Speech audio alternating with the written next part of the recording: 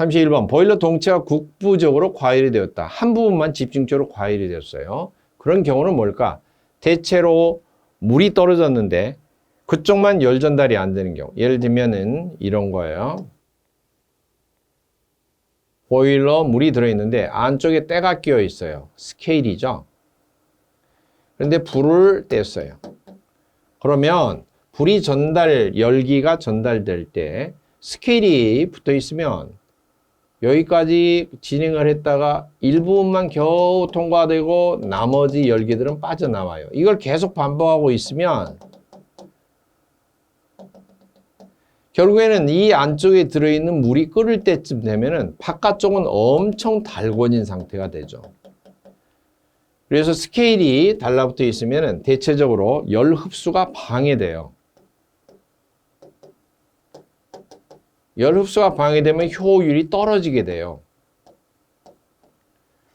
효율이 떨어지면서 아울러서 순환이 잘 안 돼요. 물이 잘 끓지 않죠. 그런데 이미 끓을 때쯤 되면은 전열면 바깥쪽이 과열이 돼요. 전열면이 뜨겁게 열받아서 과열이 되면 어떻게 될까? 철판이 물렁물렁해지지 않겠어요? 그러면 속에서 끓고 있는 물이 증기가 발생하는 압력에 의해서 파열이 됩니다. 보일러 동체가 이처럼 국부적으로 일부분이 이렇게 과열이 된다. 가장 흔한 원인이 뭐냐? 스케일이 형성이 된 경우, 물때가 달라붙어 있는 경우가 해당이 되겠습니다. 안전밸브가 기능이 불량이 따르면 압력이 초과되었을 때 제대로 작동이 되지 않아서 파열이 일어날 수가 있고요. 주증기 밸브를 개폐 동작을 했는데 불량했다. 송기나 차단이 원활하지 않아서 수격작용이 생길 수가 있습니다. 고수위로 운전했다. 그러면은 고수위로 과부하 운전했다. 물이 너무 높게 들어있다. 프라이밍이나 포밍 이런 것. 특히 프라이밍이 생성되기 쉽고요. 습진기가 많이 발생할 우려가 있겠죠. 자, 32번 복사난방 특징 설명으로 옳지 않는 것. 복사난방은 벽이나 바닥이나 천정이나 이런 면 전체를 가열을 해서 구조체로 해서 복사열을 방사를 해서 난방을 하는 방식으로 실내 공기가 대류 현상을 일으키지 않고 잔잔합니다. 미세먼지도 있으면 다 바닥으로 깔아앉고요. 대류가 없으니까. 대신에 매립된 관 때문에 평상시에 고장 발견하기가 매우 어렵습니다. 그리고 시공을 할 때 별도로 속에 매립해서 관하고 또 구조체를 위에 씌우고 마감을 해야 되고 제일 밑에 층에는 방수 조치를 해야 되고 이런 것 때문에 설비비가 시설비가 비싸지게 되죠. 쾌감도는 가장 좋습니다. 그리고 방열기 같은 그런 설치 물품이 없기 때문에 방열기는 만약 설치하면은 공기가 대류하기 위한 그 공간을 확보하기 위해서 방열기 바로 앞쪽이나 옆쪽에 공기 대류 현상 흐름을 방해하는 어떤 물건이나 가구나 이런 것을 설치하면 안 됩니다. 그래서 주변을 비워놔야죠. 텅 비게. 그래서 방열기를 설치하면 실내 공간 이용률이 떨어지게 되는데 복사난방은 다 똑같은 온도이고 대류 현상 자체가 없기 때문에 어느 공간이나 다 활용할 수가 있죠. 2번이 옳지 않는 설명이죠. 33번 배관 중간이나 밸브, 펌프, 열 교환기 등의 접촉을 위해서 사용되는 이음새로서 분해나 조립이 필요한 경우 뭔가 중간에 분해 조립이 필요한다. 이을 때 분해했다, 이었다 할 수 있는 거 플랜지나 유니온이 있죠. 그래서 밴드는 배관의 방향을 바꾸기 위해서 이렇게 구부러진 거 이런 것을 밴드라고 합니다. 리듀셔는 줄이개라고도 하는데요. 배관의 간격을 이렇게 작게, 큰 것을 작게 줄여줄 때 사용하는 것이고요. 슬리브는 배관을 중간에 이을 때 배관 사이즈보다 더 큰 것을 씌워서 그 옆을 떼워서 보통 용접을 하게 되는데요. 이런 것을 슬리브 용접, 슬리브 이음이라고도 하고 또는 콘크리트 벽을 관통을 할 때 부식을 방지하기 위해서 가스 배관 같은 경우 콘크리트가 직접 관에 접촉을 하면 부식이 많이 일어나니까 관을 사이즈를 큰 것을 관통을 해서 슬리브를 설치하고 그 슬리브 속으로 배관이 지나가게 그리고 슬리브와 배관 사이는 절연체로 씌워서 서로 전자가 이동하지 않도록 화학적으로 말하면 부식이 되지 않도록 해주는 것이고요. 답은 3번이 답이 되겠죠. 34번 문제. 강관 용접 접합 특징에 대한 설명으로 틀린 것. 용접을 이으면은 뭐 맞대기 이음, 슬리브 이음이 있겠습니다만은 중간에 깔끔하게 때우기 때문에 돌출된 부위가 없어서 보온제 씌우기가 아주 용이하고요. 그 다음에 나사로 있는 것보다도 훨씬 강도가 강합니다. 누수 염려도 훨씬 적고요. 나사는 팽창 수축이 됨에 따라서 나사 회전 부위가 서서히 움직여서 연결된 부위가 누수될 우려도 있습니다. 보온 시공이 어렵다 했으니까 틀린 설명이 되고요.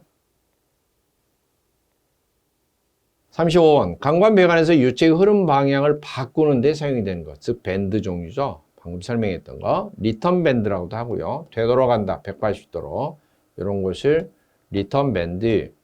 이렇게 흘러봤는데 다시 되돌아가게끔. 이런 것을 리턴 밴드라고 합니다. 그 다음에 부싱은 부속품의 규격을 줄일 때 부싱을 사용하고요. 가령 T 같은 경우 부속품 보면은 이쪽하고 이쪽, 마주보는 쪽, 주관으로 연결된 것은 대부분 같습니다. 물론 리듀셔 T도 있어요. 여기를 굵게 하고 여기를 가늘게 할 수도 있는데 대부분 같습니다. 여기는. 그런데 여기는 작게 작은 관을 연결하고 싶어요. 그러면 T에 나사 이음을 이렇게 하는 부속을 끼우고 대신에 이 부속품 속으로 안쪽으로 조그만 파이프로 연결할 수 있도록 나사가 나 있죠. 그래서 거기에다가 배관을 연결하는 거예요. 이처럼 배관의 지름을, 배관의 구경을 줄일 때 쓰는 것이 부싱이라고 하고요. 리듀셔는 바로 그냥 파이프 나사가 있다 그러면은 부속품 자체가 이렇게 줄어들게 돼 있죠. 그래서 굵은 관, 가는 관 이렇게 바로 연결할 수 있는 게 리듀셔 또는 줄이개. 리듀셔가 영어로 R-E-D-U-C-E-R이기 때문에 발음을 리듀서 또는 레듀셔 이렇게 발음을 해도 똑같고요. 레듀셔 이렇게 해도 똑같고. 그 다음에 소켓은 배관을 길이가 짧을 때 양쪽에 나사를 깎고 이 나사를 씌워서 이렇게 연결하는 부속품 안쪽으로 앞나사가 이렇게 깎아져 있는 거 이걸 소켓이라고 하고요. 그래서 부싱이나 리듀셔나 소켓은 방향을 바꾸지 않고 부싱이나 소켓, 리듀셔 다 반듯하게 연결되는 거고요. 특히 부싱이나 리듀셔는 관경을 바꿀 때 굵은 관을 가늘 관으로 관의 지름을 바꿀 때 그 다음에 소켓은 관의 길이를 연장할 때 이어나갈 때 사용되는 부속품. 그래서 방향 바꾸는 데는 리턴 밴드 또는 뭐 엘보우 이런 게 있죠. 엘보 우자는 우 띄어도 되고 엘보 해도 되고 엘보우 해도 되고요. 이렇게 된 부속품. 이런 거죠. 엘보우.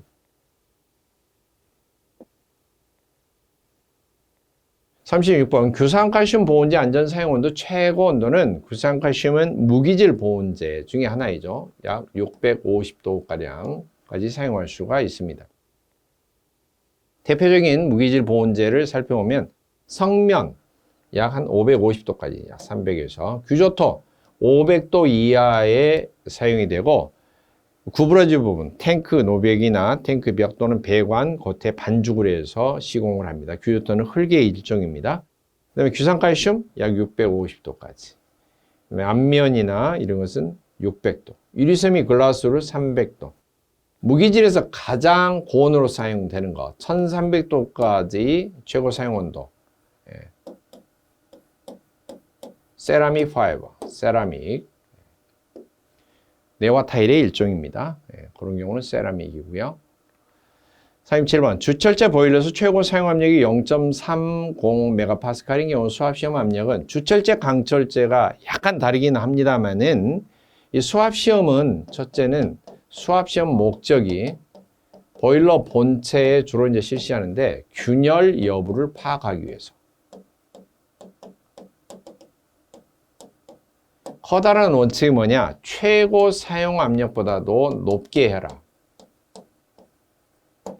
그리고 표에 의해서 계산된 식에 의해서 계산해서 그 압력으로 수압시험을 하라.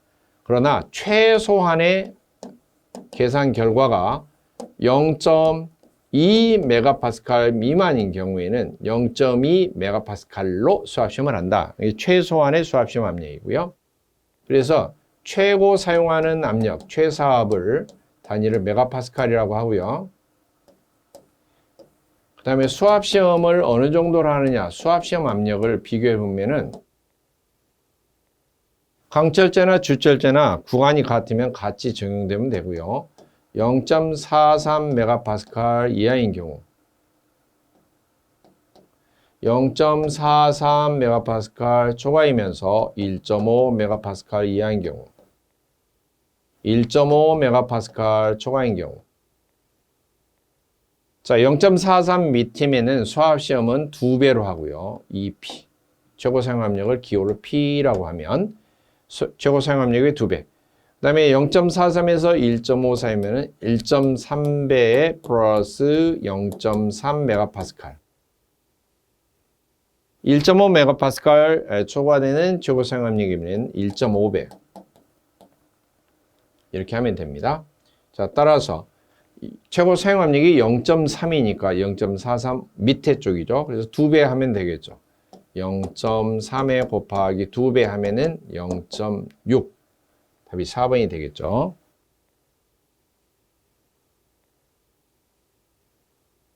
자, 주철제 증기 보일러는 밑에 1.5 구간은 없고요. 0.43 초과까지만 있는데 결국에는 강철제 보일러고 같은 계산식입니다.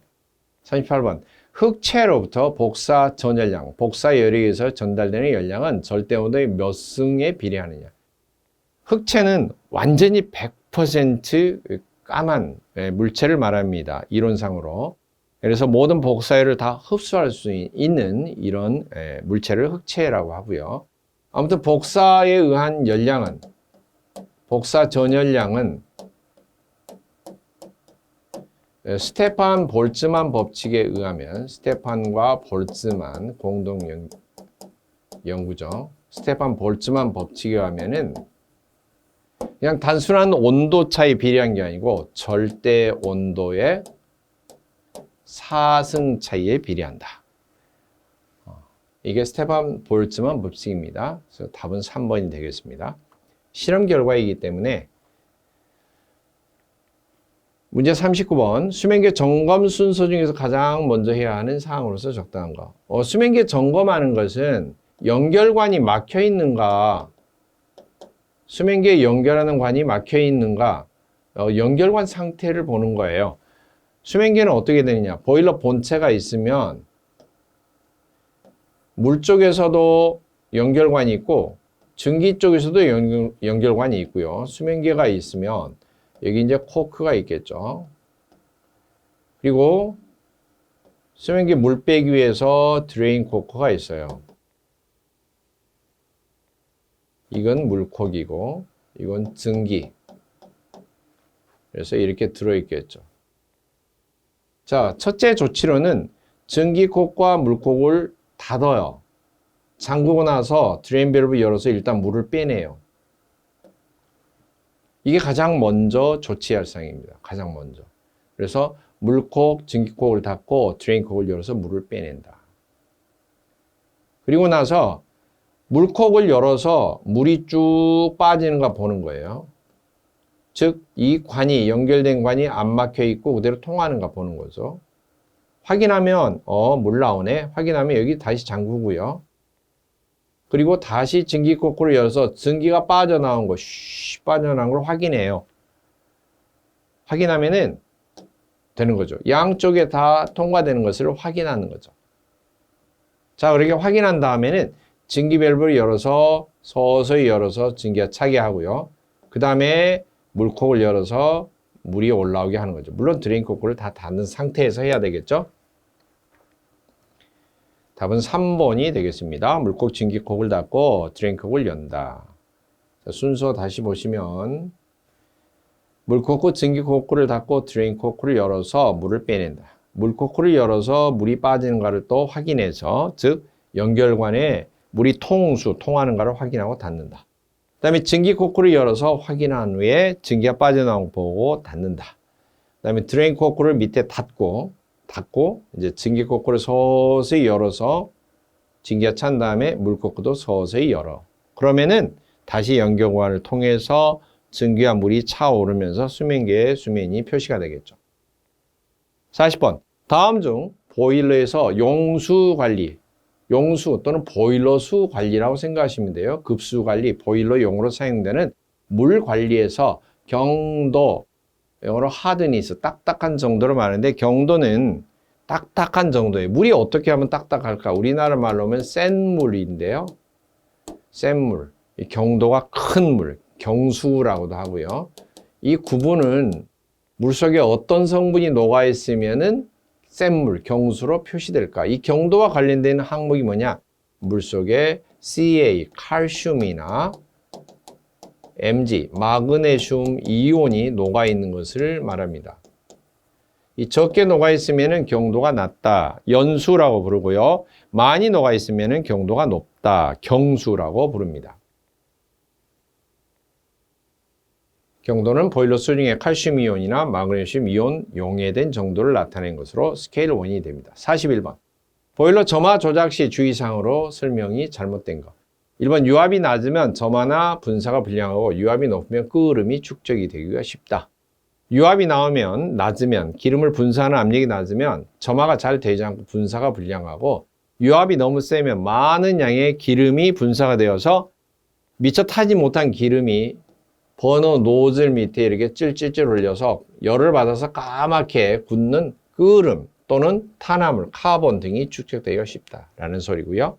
2번 연료의 에어 온도가 낮으면 지금 중유를 주로 염두에 두시면 되고요. 에어리라는 말이 들어가면 에어라는 연료는 중유입니다. 중유.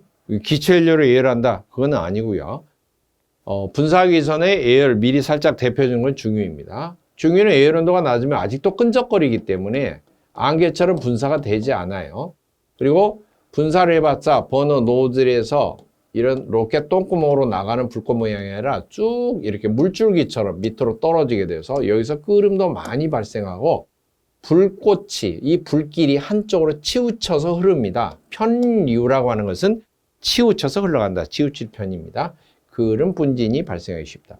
3번 연료가스의 유출 속도가 너무나 빠르면 역화가 일어나고 너무 늦으면 실화가 발생한다가 아니고요. 너무 빨리 분사하면 염공에서 불꽃이 떨어져서 불이 꺼지기가 쉽고요. 대신에 너무 천천히 나가면 연소 속도 때문에 불이 거꾸로 염공 쪽으로 타고 들어오는 역화가 발생하기가 쉽습니다. 지금 거꾸로 설명된 거죠.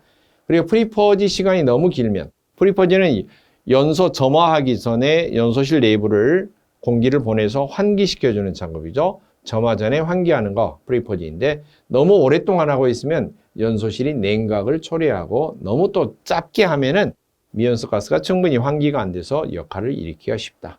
3번이 거꾸로 설명된 거죠. 문제 42번. 세관 작업할 때 규산염은 염산에 잘 녹지 않는다. 규산염은 실리카 성분을 말해요. 실리카 성분에 염기가 녹아있을 때 이게 스케일이 되면은 규산질, 규산 성분의, 실리카 성분의 스케일이라고 합니다. 한마디로 유리를 만드는 유리질 성분인데요. 유리는 염산에 녹지 않아요. 유리컵에 염산을 따라 놓으면 염산이 유리 못 녹입니다. 그래서 만약에 보일러 내부의 스케일이 달라붙었을 때 실리카 성분, 유리질의 성분, 규산염 성분의 스케일이 달라붙었을 때는 염산으로 세관이 되지를 않습니다. 이처럼 유리 성분을 녹일 수 있는 유일한 산이 있는데 HF, 불화수소산이에요.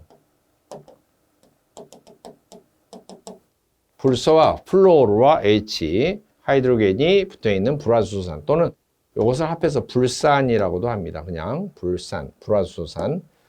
이것을 첨가를 하는데 이걸 다른 말로 용해촉진제라고도 별도로 부르기도 합니다. 용해촉진제. 자, 그러면 화학식 적혀 있는데요. H2SO4 황산이라고 읽고요.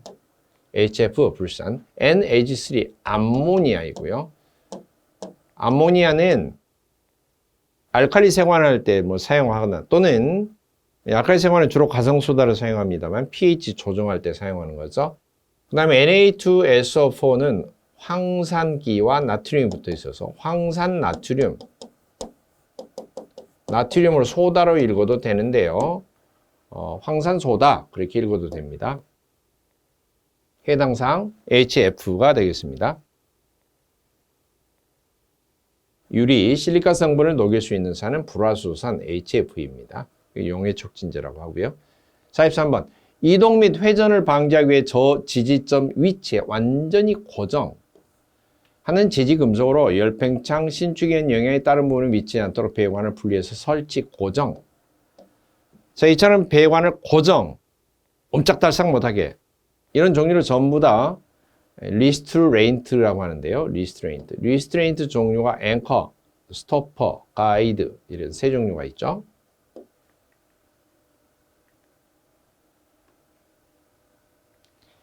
(44번) 강철제 증기보일러의 최고 사용압력이 2MPa이다. 수압시험 압력은 좀 전에 주철제 문제 풀었었죠. 0.43MPa 이하일 때는 2배, 0.43 초과이면서 1.5MPa 이하일 때는 1.3배에 플러스 0.3MPa. 1.5MPa 초과했다. 그러면 1.5배.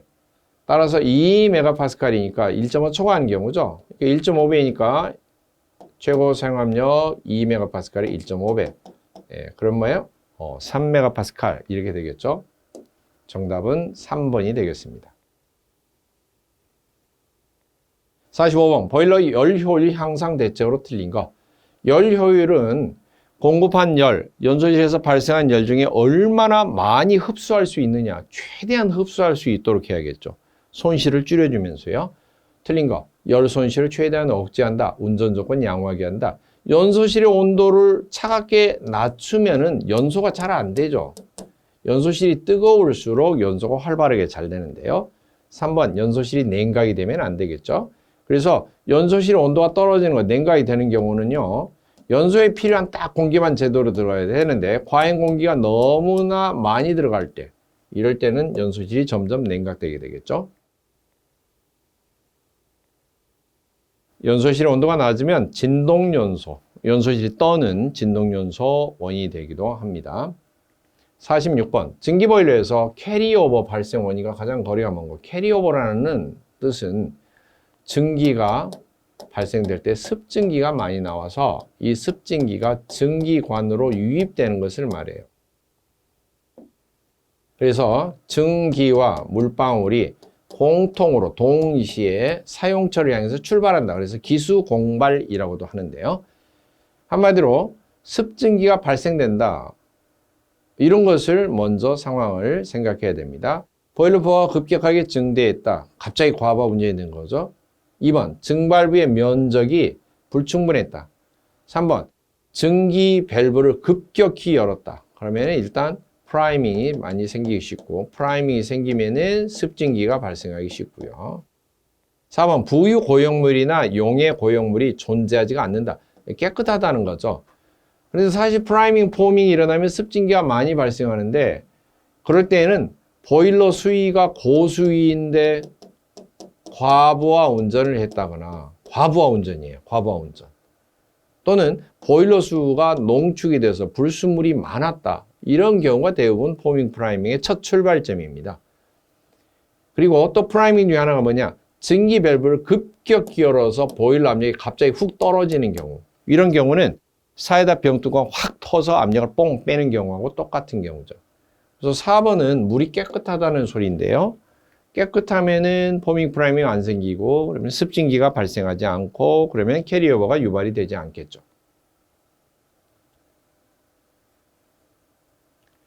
47번. 보일러 증기관에서 반드시 보온을 해야 하는 것. 빠져나가도 사용하기 위해서 그냥 빠져나가는 것. 예를 들면은 방열기. 방열기에는 보온을 하면 안 되죠. 방열기는 실내에서 열을 발산을 해서 난방을 해줘야 되니까요. 그런 것 등등. 난방하고 있는 실내에 노출된 배관은 열을 발산을 하면은 그 열이 난방에 쓰이죠. 방열기 주변에 연결된 거. 방열은 어차피 실내에 있으니까요. 그 다음에 주증기 공급하고 있는 관. 지금 보일러에서 보내고 있는 것을 반드시 보온을 해야죠. 사용자까지 도달하기 전에 증기가 식어버리면 안 되기 때문에 증기 열 손실이 생기면 안 되죠. 그래서 반드시 보온 조치를 취해야 되겠죠. 그리고 관말 또 장치 끝에 증기 트랩 장치 냉각 레그는 증기 중간에서 100mm 하단으로 내리고 그 다음에 이 지점에서 밑에 하단으로 드레인 포켓을 150mm 지점에 설치하고 이 분기관에서 옆으로 1.5m 이상 유도를 해서 충분히 식도록 증기가 덜 식은 게 있으면 충분히 식도록 그래서 응축수가 분리가 된 다음에 증기 트랩으로 분리하도록 이래서 옆으로 증기가 충분히 식어서 응축사 잘 분리되도록 해주는 거 이걸 냉각 레그라고 하죠. 거기에는 보온재를 씌우면 되지 않죠.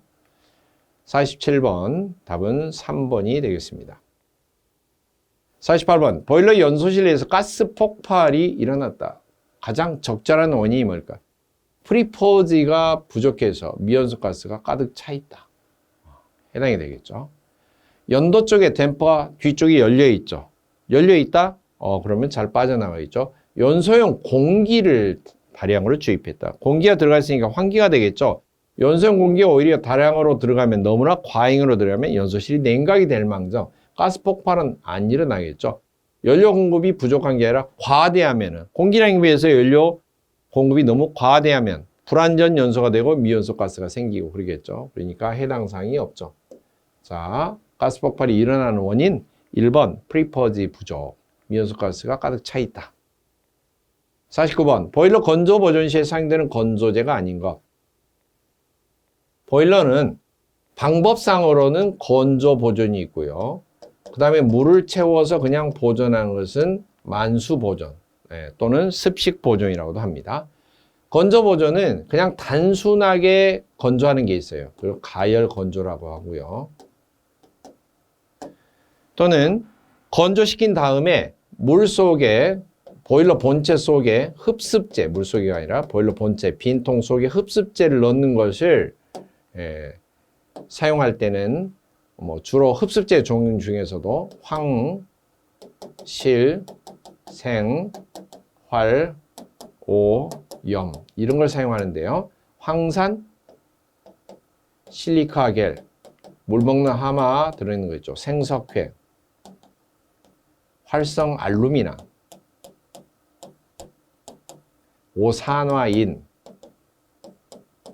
염화 칼슘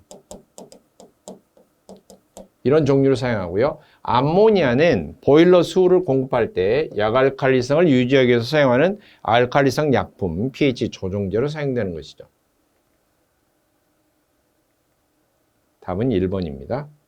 안기품은 황실생활 오염, 흡습제입니다. 건조제로 사용되는 것. 50번 문제. 환수관의 배관 방식에 의한 분류 중에 환수 중간을 보일러 표준 수면보다도 낮게 배관해서. 자, 환수관이라고 하면은 응축수를 회수하는 관을 말하죠. 자, 그리고 보일러 수면이 이렇게 있는데 응축수가 되돌아간 관이 수면보다 위쪽에 있다, 수면보다 밑에 쪽에 연결되어 있다. 밑에 쪽에 연결되어 있으면 보일러 수면의 영향에 따라서 이 부분까지는 물이 차 있어요. 그러니까 항상 물이 차 있어서 습식 환수라고 부르고요. 그리고 이 부분은 물이 차 있는 게 아니죠. 그대로 회수가 되죠. 그러면 건식 환수라고 합니다.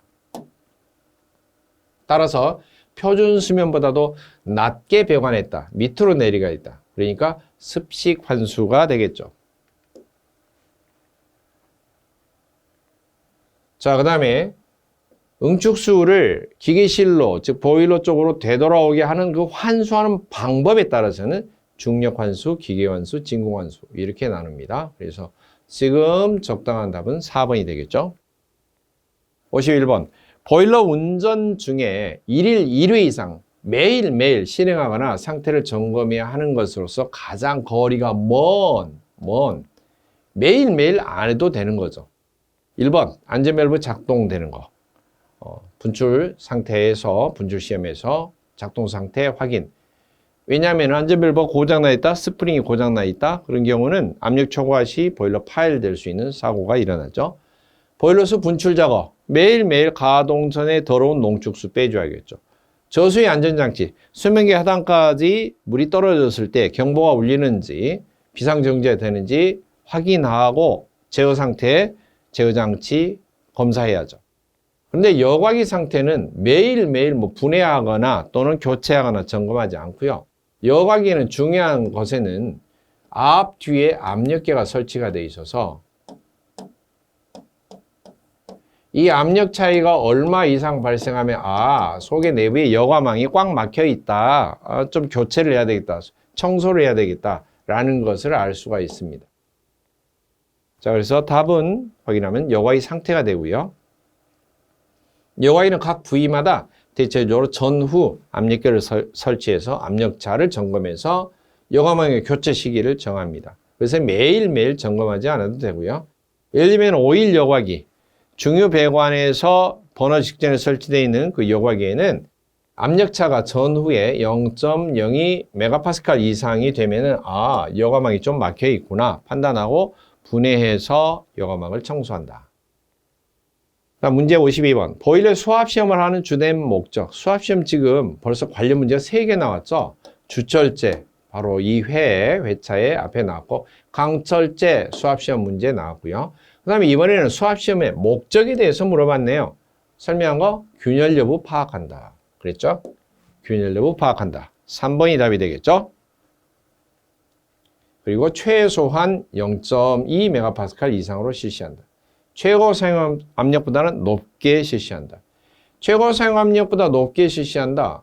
최고 사용 압력이 여기 10기압까지 사용이 된다. 근데 10기압보다 높은 압력으로 수압시험을 하라는 거예요.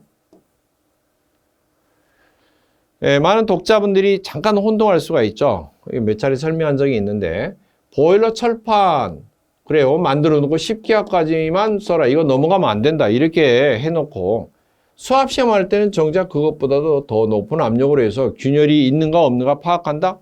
그러면 멀쩡한 보일러가 터지지 않느냐? 그건 아니고요. 보일러 철판이 견딜 수 있는 강도를 최대 인장 강도라고 합니다. 최대 인장 강도만큼 최고 사용 압력을 정하는 게 아니고요. 최대 인장 강도의 4분의 1만큼의 힘이 걸리도록 사용합니다. 가령 최대 인장 강도가 100기압이 되어야지만이 이 정도 압력에서 철판이 찢어진다. 그러면은 보일러 최고 사용 압력은 제한치가 이거 4분의 1, 25기압을 초과하면 안 되도록 되어 있어요. 그러니까 실질적으로 최고로 사용하는 압력보다도 높게 수압시험을 한다고 해서도 보일러가 터지느냐? 그렇지는 않습니다. 충분히 견딜 수 있는 강도이고요. 문제 53번. 난방부하의 발생 요건 중에서 맞지 않는 것. 난방부하는 개념상으로 원래 실내에 있는 열이 실외로 자꾸 빠져나가서 손실이 되기 때문에 그 열만큼 보일러실에서 열을 보내서 보충을 해줘야 된다는 거예요. 그러니까 초점이 일단은 손실이 되는 것에 초점을 맞춰야 되고요. 벽체, 외벽, 바닥 지붕을 통한 손실 열량, 극간풍은 창문 틈새라든지 이렇게 스며드는 것을 극간풍이라고 하고요. 극간풍을 우리나라 말로 하면은 틈새 바람 그렇게 합니다. 틈새 바람 스며드는 걸로 손실되는 거. 외기, 환기용 공기를 도입을 해서 손실되는 열량. 갑자기 창문 열었어요. 개방했어요. 찬바람 들어왔어요. 그러면 손실이 되죠. 열이 실내 열이 빠져나가니까. 4번 실내 조명이나 조명에서 발생하는 열은 실내로 더해지는 거죠. 이건 손실열이 아니죠. 그러니까 난방부하 발생 요인이 아니고요. 그러나 난방부하 계산에서는 이건 덤으로 계산해서 제외하기는 합니다. 난방부하고는 상관이 없고요. 예를 들면 벽으로 빠져나가는 게 총 100만큼 열이 빠져나가는데 사람이 있으면 사람이 체온에서 5만큼 열이 발생하더라. 그 다음에 전등이나 전열기구가 있는데 여기서 10만큼이 열량이 총 발생이 되더라.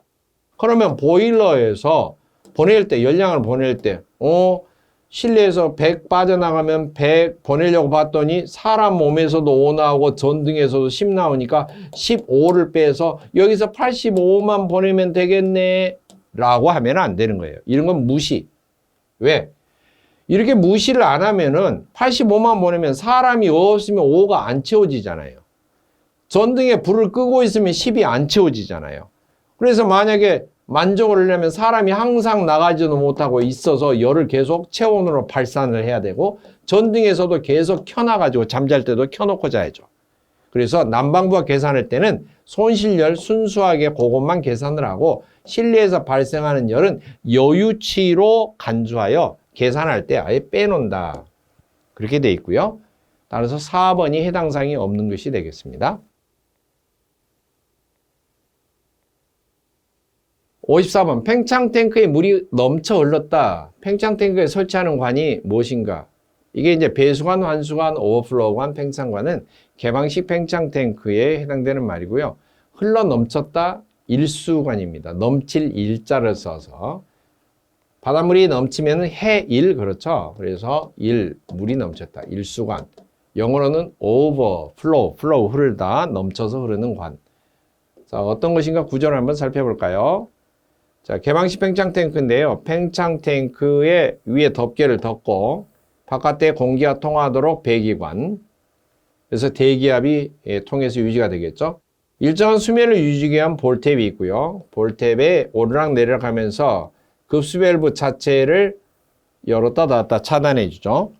그리고 송수관에서 올라온 보일러 팽창수가 밖으로 버리지 않고 팽창 탱크로 넘어가도록 해주는 안정관, 같은 말로 릴리프관, 같은 말로 도피관, 그렇게도 부르고요. 정식 명칭으로 안정관, 그렇게 사용하고 있습니다. 그 다음 볼탭이 고장이 나면은 물이 계속 쏟아져서 수위가 계속 올라올 거예요. 보통 3분의 2 지점에 넘치지 않도록 관을 연결해서 넘치는 물이 저절로 빠져나오도록 하는 오버플로우관. 그리고 밑바닥에 슬러지 같은 거 청소할 때 빼주기 위해서 밑바닥에 설치가 되어 있는 배수관. 평상시에 배수관의 밸브는 잠궈놓은 상태이고요. 그리고 플로우관과 오버플로우관과 배수관은 연결해서 한꺼번에 빠져나가도록 하고요.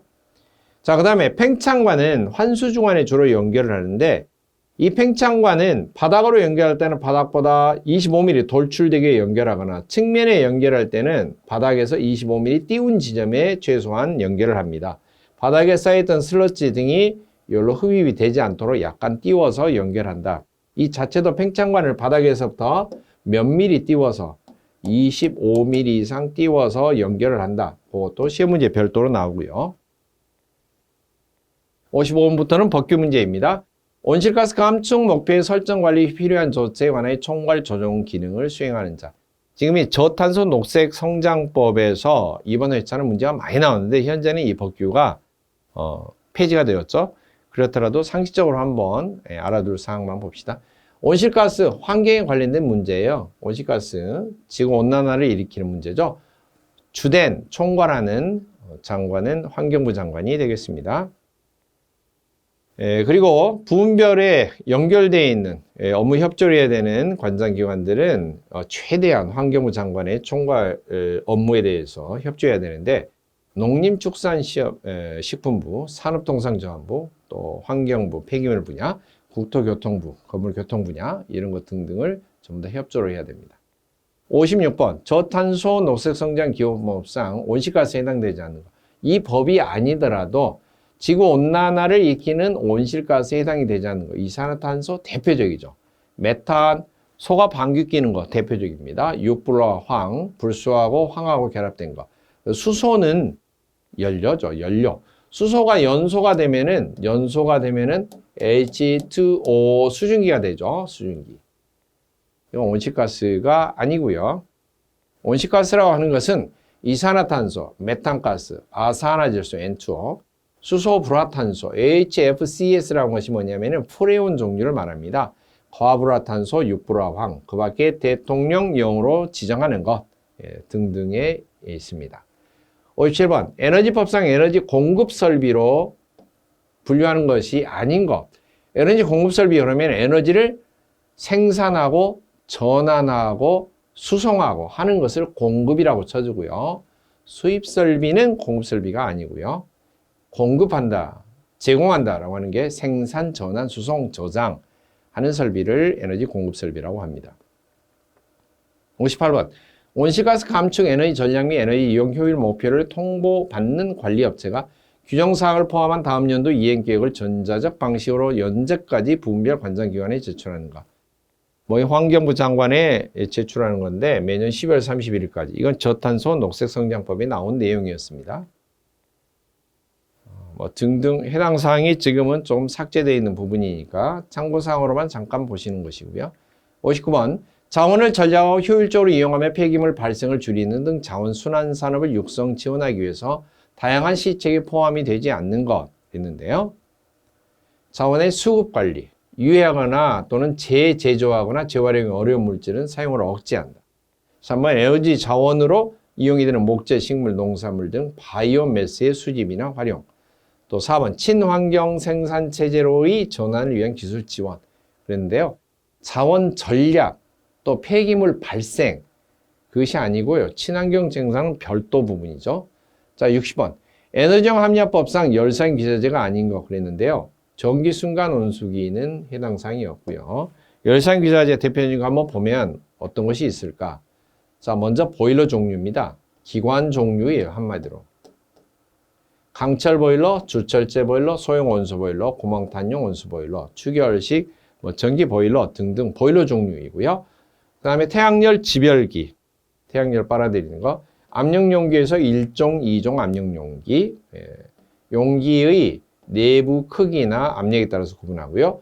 요로는 요업용과 금속용 요로가 별도로 구분되어 있고, 원래 요로 그러면은 소변로는 소변관이 아니고요. 요는 굽는다. 굽는 것은 요라고 하고요. 로는 녹인다. 주로 용도가 로는 녹인다. 요는 굽는다. 그래서 요는 보통 도자기용을 말하고요. 도자기 산업을 요업이라고 하고요. 그리고 로는 용광로, 이런 금속로 할 때 쓰는 게 로죠. 그런 것은 이제 금속용 요로라고 그럽니다. 열사용 기자재는 이렇게 종류가 되어 있고, 이 열사용 기자재를 설치하고 나서 매년 또는 몇 년 터울로 이렇게 주기적으로 검사를 받는 것을 검사 대상 기기라고 별도로 분류를 하고, 이 검사 대상 기기는 종류나 용량에 따라서 관리자를 선임을 해야죠. 즉 전문가를 채용을 해야 된다. 의무적으로 되어 있죠. 검사 대상 기기 관리자를 채용하지 않을 경우 미채용 시 벌금이 있잖아요. 채용을 하지 않는다. 자, 지금까지 60번 문제까지 해설 모두 마치도록 하겠습니다.